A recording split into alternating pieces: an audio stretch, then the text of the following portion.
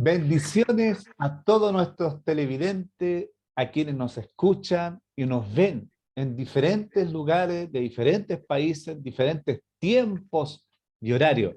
Esto es Vida Profunda, un tiempo de conversación semanal cada martes, 21 horas, hora Chile, con hermanos, escritores, pastores, sobre la presencia de Dios y la búsqueda de Él.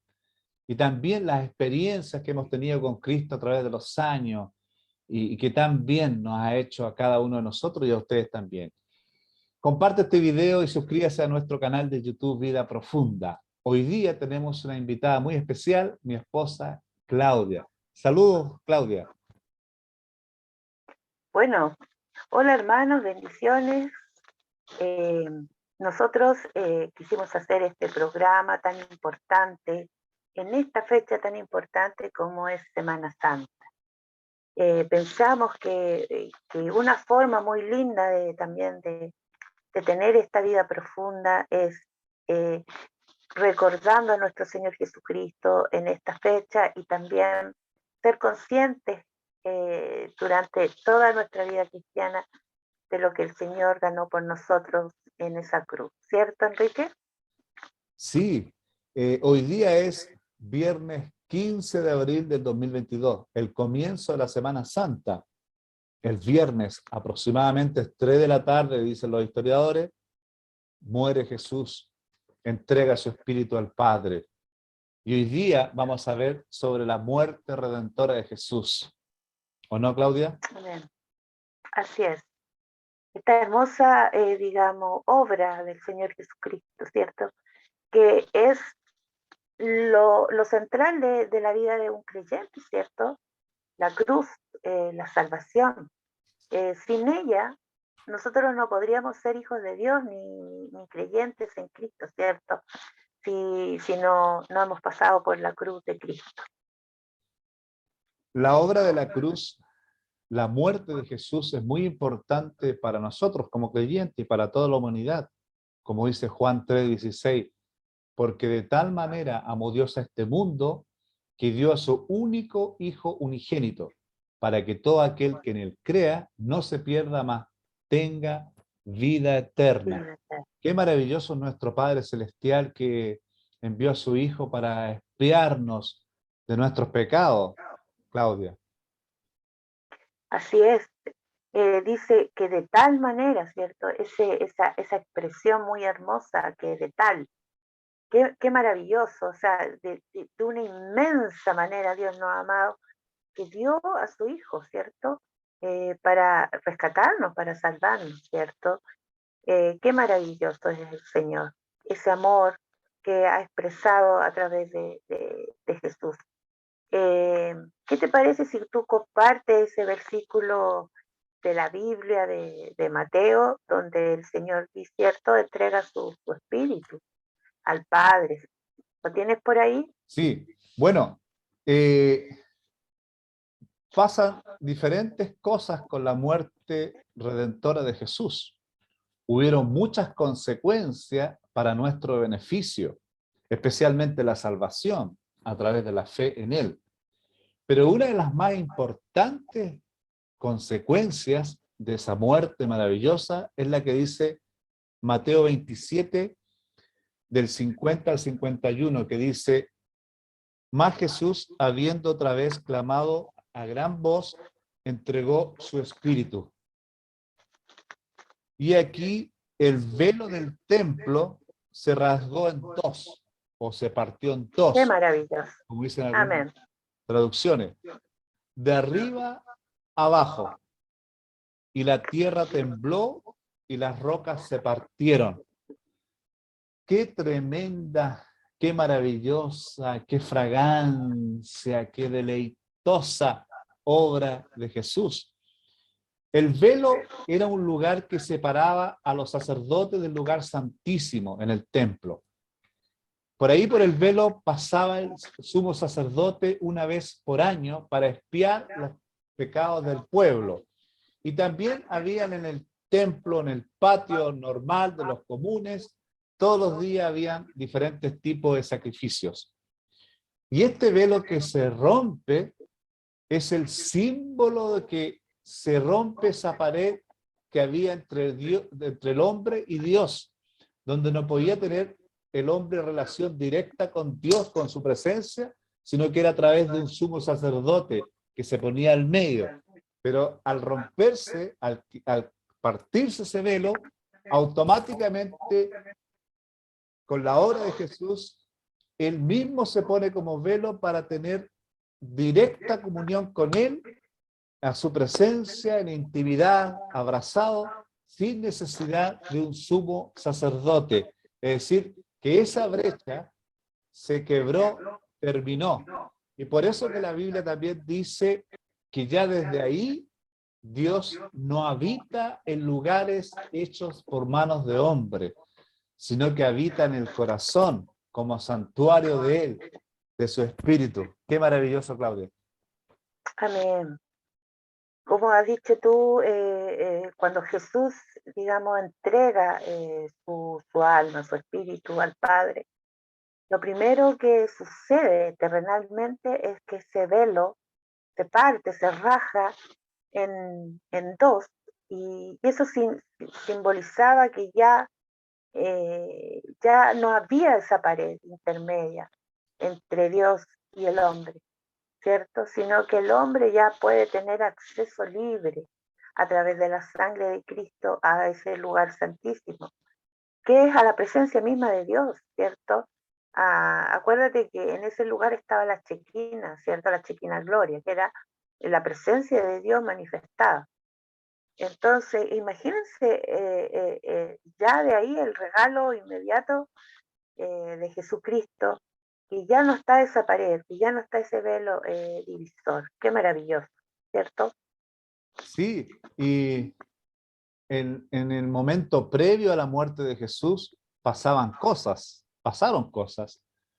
Cuando muere Jesús, también una de las consecuencias es que eh, elimina o anula el poder del pecado sobre nosotros.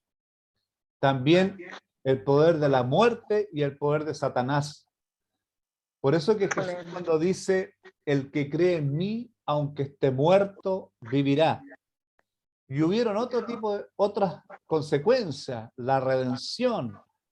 Acuérdense que Jesús también fue un sustituto de los corderos, de los terneros que se tomaban como sacrificio para expiar los pecados del pueblo. Y él se puso, Dios el Padre dio a su único hijo. Imagínense qué importante cuando uno tiene un solo hijo, cuando uno eso lo cuida como un tesoro, cuando tiene un solo hijo. Y Dios, ese tesoro de un solo hijo, lo dio como cordero para que nosotros pudiéramos tener vida y vida en abundancia. Y también en la cruz se derrama sangre. Y esa sangre también nos limpia de todo pecado y de toda maldad. Es decir, pasaron cosas extraordinarias en esa obra maravillosa de Cristo. Exactamente, o sea, ese día viernes, ¿cierto? Pasaron montones de sucesos antes de la muerte de Jesucristo. Y dentro de esos sucesos, uno de los más importantes que muestra la agonía digamos, de Jesús antes de ir a la cruz, pasa justamente en el huerto de Getsemaní. Me gustaría que pudieras compartir tú esa lectura de esos pasajes importantes de Mateo 26. Usted lo puede leer en su casa con mayor calma y meditar sobre esto. Está en Mateo 26, capítulo 26, de los versos 36 al 46. Son 10 versículos que narran, digamos, cómo Jesucristo está ahí en una lucha espiritual antes de subir a la cruz, antes de ir a la crucifixión.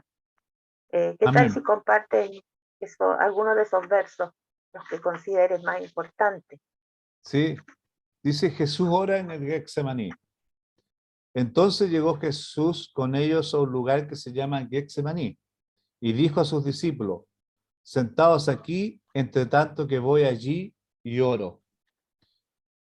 Y tomando a Pedro y a los dos hijos de Zebedeo, comenzó a entristecerse y a angustiarse en gran manera. Entonces Jesús les dijo: mi alma está muy triste hasta la muerte. Quedaos aquí y velad conmigo.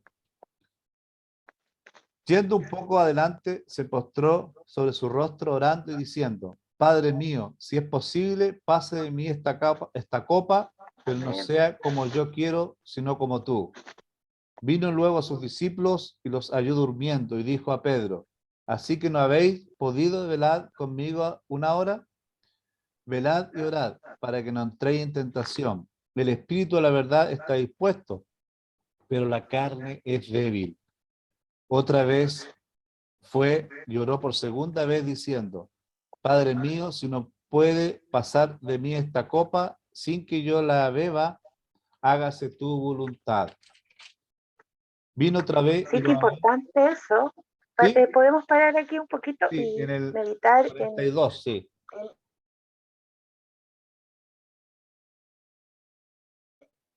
claro, en estos versículos en agonía. ¿Ya? Entonces muchas veces nosotros decimos, ah, no, Jesús fue a la cruz, murió, y como que fuera algo así tan simple. Y realmente para él no fue algo simple, no fue algo liviano, fue algo triste, fue algo, dice, mi alma está triste hasta la muerte, o sea, estoy triste, estoy en una lucha espiritual, y estaba orando al Padre: Padre, si tú puedes que pasar esta copa de mí y no beberla. O sea, esa era su oración, imagínate, estaba en una lucha, porque él sabía que lo que venía, o sea, lo que venía era algo terrible, algo realmente, como dice la escritura, como oveja fue llevada al matadero delante de sus transquiladores. Entonces, exactamente, ese pasaje describe muy bien eh, eh, cómo Jesús tenía que ir a morir a la cruz. Por eso él me imagino que estaba nervioso, que estaba triste, que estaba angustiado, y la lucha espiritual que tenía en ese momento en el huerto, ¿cierto? Orando, pero a la vez también este hijo obediente al Padre, que al decir a Dios el Padre, decirle, bueno, pero hágase tu voluntad y no la mía, ¿cierto? Entonces, vemos ahí en Cristo la obediencia y la sujeción al Padre de cumplir hasta el final este mandato de ser el Cordero de Dios, ¿cierto? Eh, y pasar por este tremendo padecimiento que pasó Jesucristo. ¿Qué puedes tú decir, Enrique, sobre estos pasajes? Qué maravilloso que Jesús quitó el pecado, quitó Amén. el poder del pecado. En el templo los pecados se espiaban, pero se tapaban. Pero Jesús, con su poder en la obra de la cruz, quita el poder del pecado sobre nosotros. Por eso cuando recibimos a Jesús, cuando Jesús viene a nuestra vida, el poder del pecado es anulado y debilitado. Cuando nosotros permanentemente le buscamos su presencia y tenemos una intimidad con Dios, el pecado no puede tener control de nuestra vida. Y eso es maravilloso. Por eso que, Amén. y además que la fe en Cristo ya no es como era en el templo, que a través de obras, sacrificios, cosas, todo lo que es cosas materiales, sacrificios, cosas que se veían, sino que con Cristo es a través de la fe que uno puede tener a Jesús en el corazón. No es por obra, como dice la Biblia, para que nadie se Para que nadie gloríe. se olvide. Aquí estamos haciendo una síntesis de lo que pasó ese día en la cruz, pero podemos estar todo un día porque hubieron profecías también de la venida de En Jesús. el Antiguo Testamento, Claro, de que claro. Jesús tenía que venir, morir y poder expiar y darse por la humanidad, ¿ya? Había profecía, también pasan cosas antes de la muerte de Jesús, durante la muerte de Jesús, que Él murió y padeció como hombre, porque era 100% Dios, pero también 100% hombre y sufrió como hombre. Claro. Algunos, ojo, algunos dicen que como era Dios, podía quizás tener un poco de anestesia al dolor. No, sino que el dolor No, fue total como hombre, ¿ya? Y, claro. y como consecuencia de esa obra, también hubieron consecuencias en favor nuestro y en favor también de toda la iglesia. Es muy cierto lo que tú dices, que él pasó como hombre este dolor. No lo pasó como un ser sobrenatural, sino como hombre. Y acá nosotros vemos en los pasajes tú que leíste en Getsemaní, podemos ver en su angustia que él no pasó estos padecimientos como un ser sobrenatural, sino como cualquier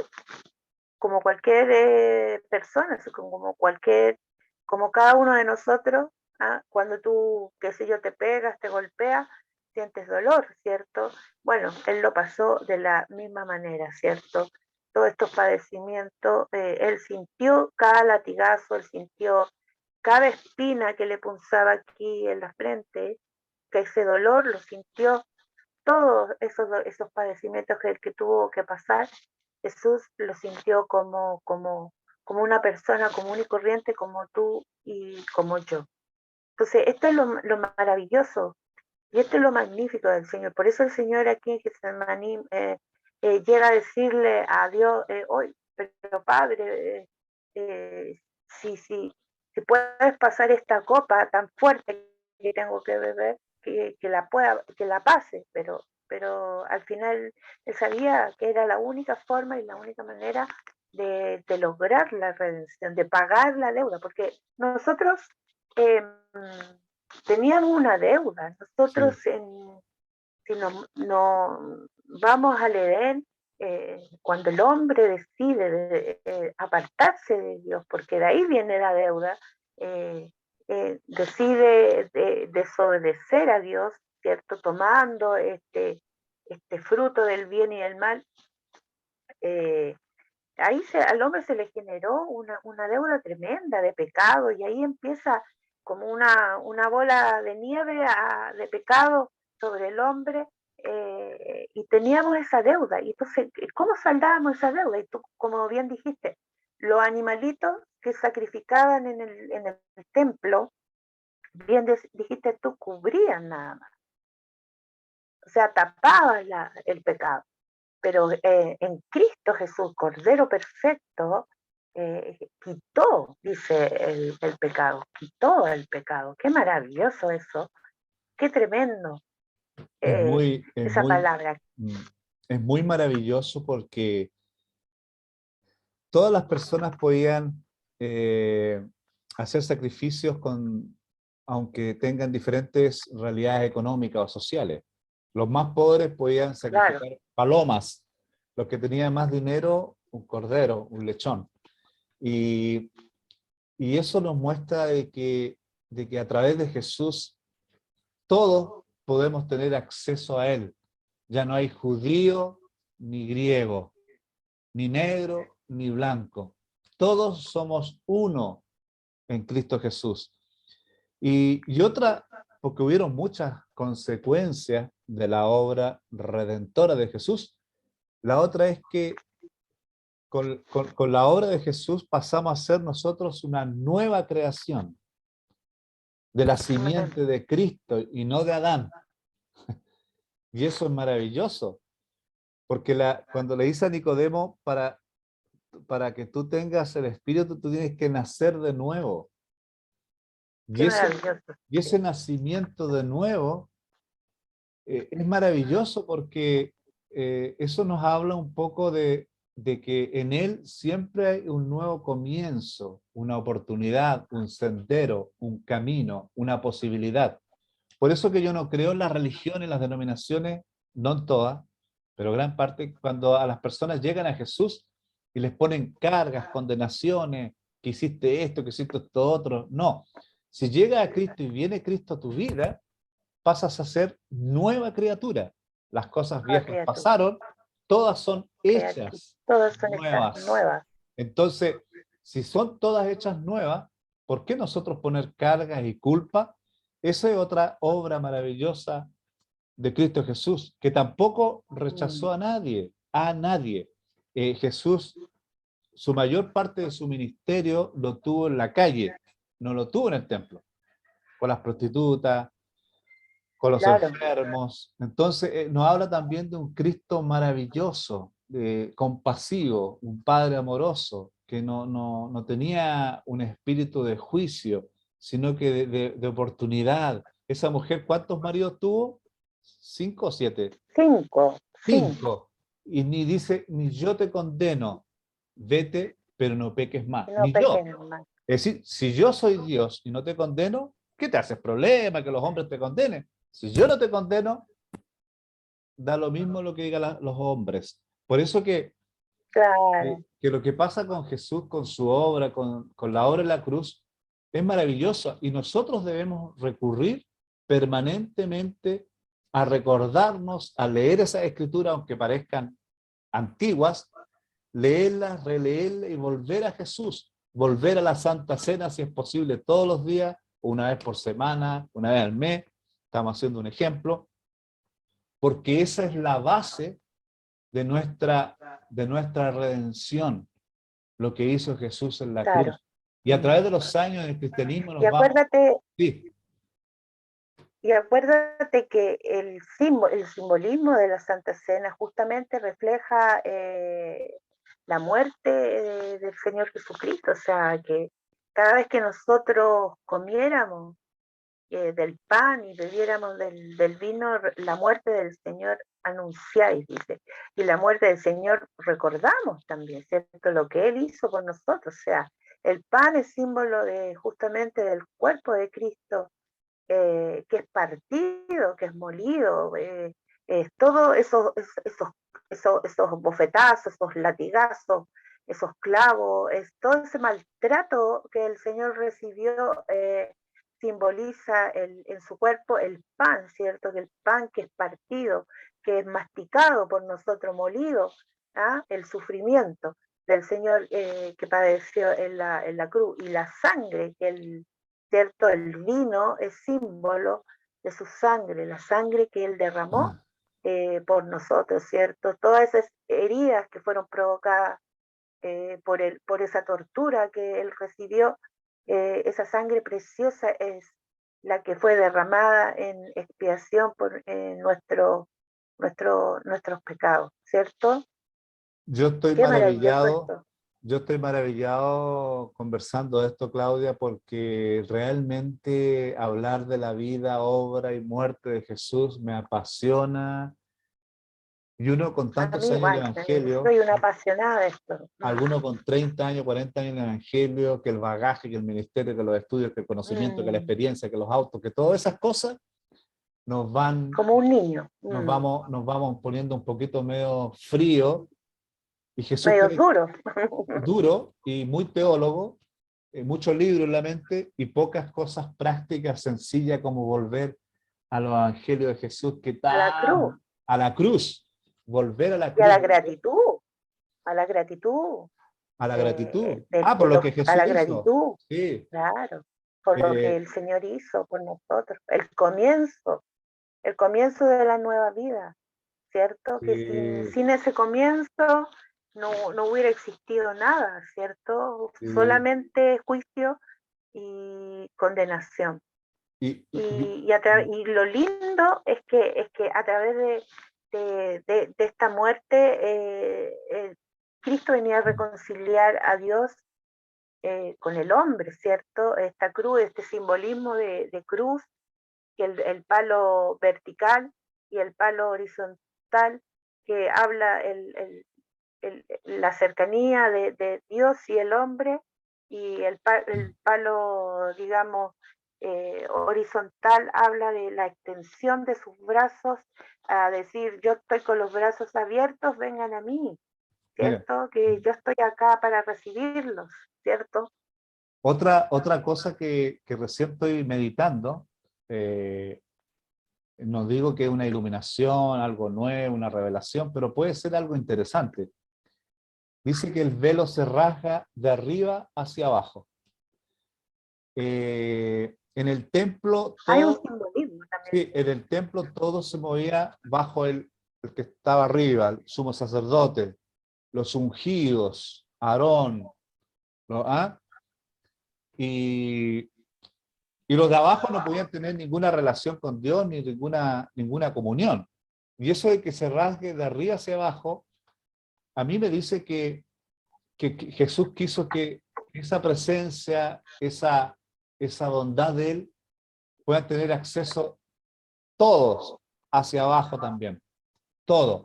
¿Y sabes qué? Perdón, pero Yo lo puedo porque en Cristo ya no hay, no creo que exista, no hay jerarquías ni posiciones más alto, más bajo, como se pretende decir, más alto, sino que en Cristo somos todos iguales, en la misma proporción. Inclusive, somos soldados de Jesús. No existe en Cristo, perdón, no existe en Cristo generales, capitanes o coroneles. Existen solamente soldados con diferentes funciones, dones de servicio, con roles, pero todos soldados. Pero ¿qué pasa? Que en la iglesia muchas veces se habla de grados, como en el mundo, como en las empresas. No existen grados, somos todos iguales en Cristo y podemos tener acceso directo a la presencia de Dios sin mediar un sumo sacerdote, un apóstol, un ungido, un pastor, un profeta. Es importante eso porque la palabra de Dios dice que Dios no hace acepción de personas, sino que todos son bienvenidos al reino de Dios. Dios no hace acepción de personas. Y como dices tú, yo pienso también que ese rajar, ese velo de arriba hacia abajo, es que la palabra de Dios dice, no es que nosotros lo hayamos buscado a Él primero. O sea, no fue que el hombre quiso acercarse a Dios primero como dar el primer paso, sino fue Dios el que da el primer paso hacia el hombre. Entonces eso es súper importante también, ¿cierto? Que la gracia no viene de abajo, la gracia viene de arriba. De arriba, Amén. Dios nos amó, dice, Amén. con el puro afecto de su voluntad. Qué preciosa esa palabra ahí en Efesios que dice, que nos amó con el puro afecto de su voluntad. Esto es Amén. maravilloso. Si hay personas que muchas veces dicen, hoy yo quiero tanto a esta persona.